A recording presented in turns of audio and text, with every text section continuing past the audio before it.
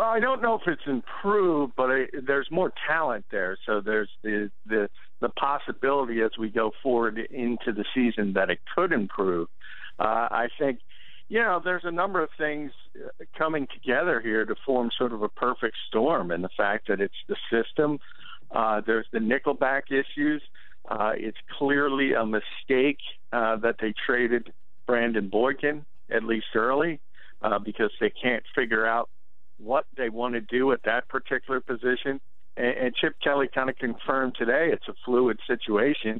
It's not necessarily going to be Chris Maragos from week to week. And I got a chance to talk to somebody at NovaCare today, and they were talking about how that affects the players. Because if you're Chris Maragos or you're Eric Rowe or you're Denzel Rice or anyone, and you don't know your role from week to week, that can really mess with your head.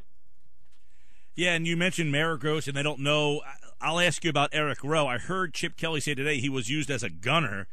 Can we anticipate more than that role for Eric Rowe moving forward? Well, right now, that's all he is. He didn't play one snap defensively against Atlanta. Did, rotate as one of the four gunners on special teams. But that's not what they wanted when they traded up in the second round of the draft to get him. They expected him to be on the field and be on the field week one. Where was the question? Was he going to be an outside corner as, somebody like Nolan Carroll slipped inside, or was he going to play in the slot?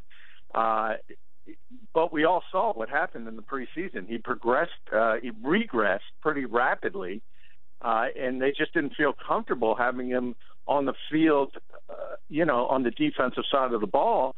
And I don't see how that's going to change in 6 days this week against Dallas. So I would expect more of the same, in the fact that Chris Maragos will probably come in at safety, and either Malcolm Jenkins or Walter Thurman will drop down in the slot, would be my guess. John, you wrote the piece about Byron Maxwell saying give him a chance. Is it something you saw that makes you say give him a chance, or is this something that you saw in training camp that makes you feel like, hey, this guy is going to be maybe not worth $63 million, but he's going to be serviceable? And I don't want to say serviceable. That just sounds like a guy that he's going to be a good player. It's more from the fact that who he faced. And I remember talking to another reporter in training camp, and I was concerned that the fact that I saw week one on the schedule was Julio Jones. And I said, you know what, if he puts up 8 receptions for 140 yards and a couple touchdowns, the fan base here is going to kill Maxwell because of his contract. And that's exactly what happened. And it's not a surprise that it happened, because Jones is that good. You're not going to see that from week to week. And people can talk about good receivers coming up. They got a break because Des Bryant obviously isn't going to be there this week. You have Brandon Marshall the next week, who's a very good receiver, but he's not Julio Jones. He's not Des Bryant. Then you have guys like, Pierre Garçon and Brandon Cooks. They're all good receivers, but they're not Julio Jones. So I think he will settle down. He will start to play better. He will regain his confidence. And again, he's not going to be a lockdown corner. Anybody expecting him to be that's not what Byron Maxwell is. What he is an upgrade over Terry Williams and Bradley Fletcher. John McMullen here on the Sports Bash 97.3 ESPN. So give him a chance. No Des Bryant this week. So do we see less of do we see – I thought it was interesting, the question that he was asked today, and of course he's going to say, well, I don't want Des Bryant on the field if you're giving me that option. But do you think that this is really a precursor to Maxwell kind of staying on the side he feels more comfortable on? Well, he did against Atlanta. I mean, he didn't follow or shadow Julio Jones around the field. And actually, Jones, a number of his catches were against Nolan Carroll. But that was another issue that I think people were kind of expecting because of the money that he's paid. They were expecting him to shadow the opposition's best receiver every week. I think the Eagles and Maxwell feel far more comfortable just playing their base defense, having Byron on the left side, Nolan Carroll on the right side. And I think that'll continue. I don't think you're going to see a lot of shadowing this year, but that could change if there's a big dip between the first receiver and the second receiver. In other words, if you have a great number one and a bad number two, you might want to take that number one out of the game, and things could change. But I think it's very unlikely the Eagles go in that direction. John, DeMarco Murray getting ready for Dallas. Chip addressed it a little bit today. He said he's a very level-headed guy. It's a week number 2. Doesn't think it's going to be a big deal. What did Murray did you see a little twinkle in his eye? Do you sense that this week's a little different for him? Not at all. Chip had told the truth for one. I mean, DeMarco Murray is so even-keeled. He is not even remotely worried about this being the Cowboys, or he's the best actor in the world. He really is just a guy who goes about his business, and he's a real professional. And he said today he knows it's a business, and he's where he wants to be, and he's with the team that wanted him. And he moved on from Dallas a long time ago, and I believe him because he just really doesn't even factor it in his preparation for this game. Yeah, and, it's funny because I just saw he's in ESPN, the magazine. He's on the cover, and the article in there, he accounted for 35% yards last year. Do you think that do you feel he feels comfortable with his role here? I mean, is he disappointed that he only got, I'm sure he is, 8 times, but do you sense that that's going to be going from 35% to about 3.5%? Do you think that's going to be an issue for him? Well, yeah, I mean, that is, if it used to go on, because that's not going to continue.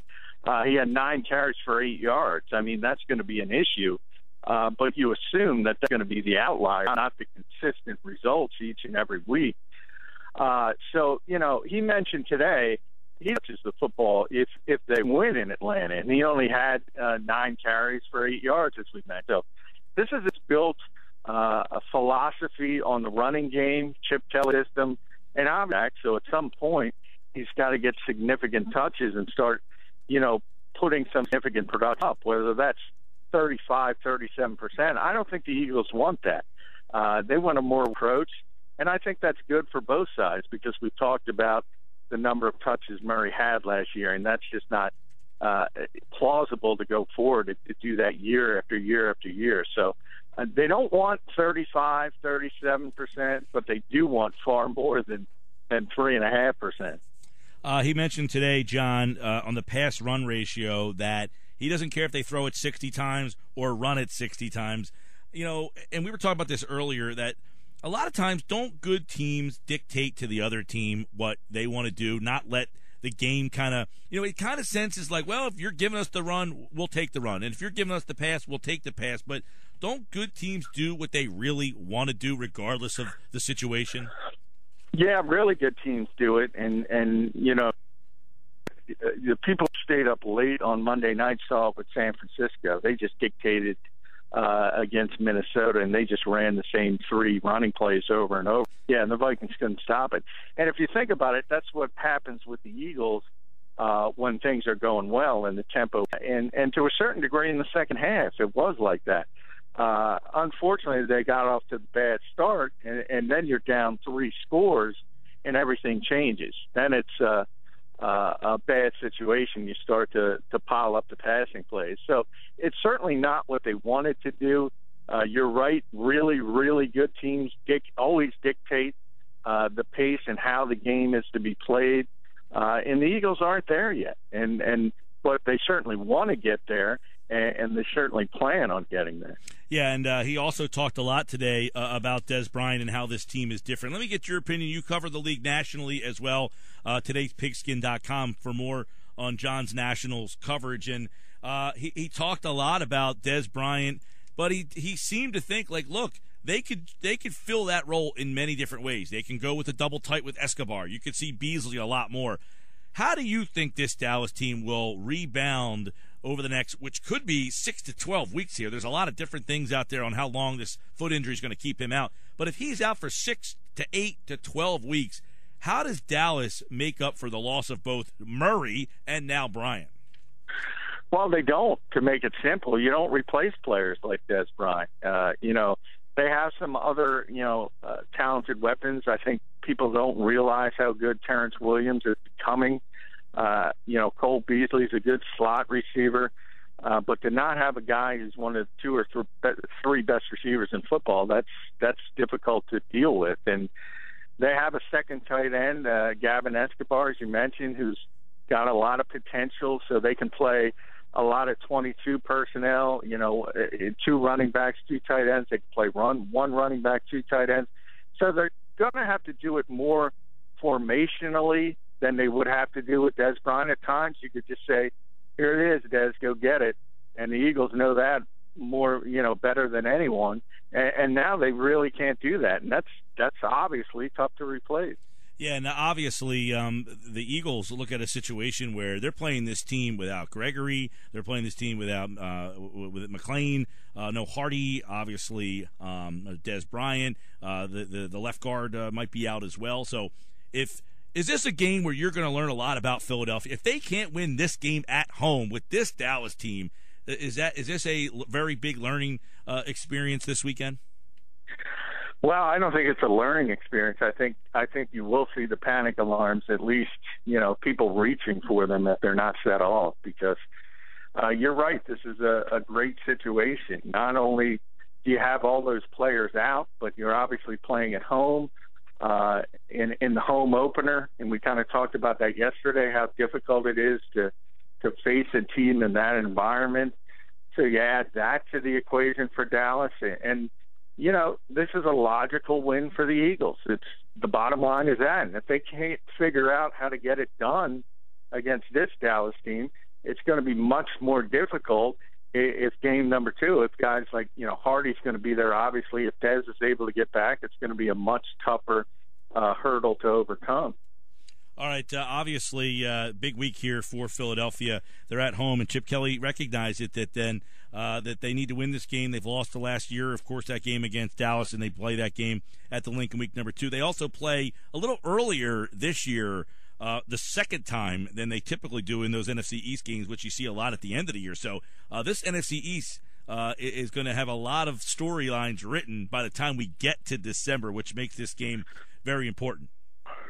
Yeah, it's very important because I don't see any way the Giants or the Redskins get into this conversation. I think both teams have too many issues, talent deficiencies, and they're just not going to be in the equation for this division championship. So to me, it comes down to two teams, and obviously they play each other twice, so those are the most important games of the season. And it starts Sunday.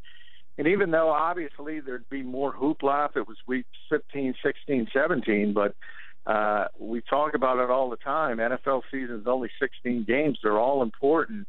And the division games take on the added importance. So it starts now. It really does. And the Eagles have to find a way to win this football game. Yeah, big one for them. A couple other quick things with John McMullen here, 97.3 ESPN. Chip Kelly said it is not time to push the panic button on Cody Parkey, and that stems from the miss the other day. But he's missed a couple, and he didn't kick a lot. Would you be surprised if you saw a kicker come in, I guess next week? They wouldn't do it now, but would you be surprised if they start thinking about looking at a veteran kicker? Yeah, I would be. I don't think we've all seen kickers go through these hiccups, good kickers. And, the one thing you don't want to do is if you have confidence in them as a whole, you don't want to start messing with their mental makeup, which is already kind of shaky. So I think if you bring in competition, that's obviously a clear signal to Cody Parkey that you have no confidence in him. And while that might be the right way to view things, I don't think it's a prudent path to go down, simply because if you look at what he did last year, he's certainly capable of performing at a high level. So I think the Eagles understand it. They understand to be a bit of, as I said yesterday with Cody Parkey, you can't have seasons like that consistently. So he's going to come back to the pack a little bit. You need to make those field goals. I'm not making excuses for him. He's an NFL kicker. You got to make a 44-yarder indoors to possibly win a football game. But they have to move forward with him, and I understand their take on that, because he's got too much potential long term to be this team's kicker. Yeah, we'll check out what happens. What I'm interested to see if they're in that same situation if they go right back to him. Because I did hear some people say, well, if you don't kick the field goal from 44 yards out, what are you telling your kicker in that situation on Monday night?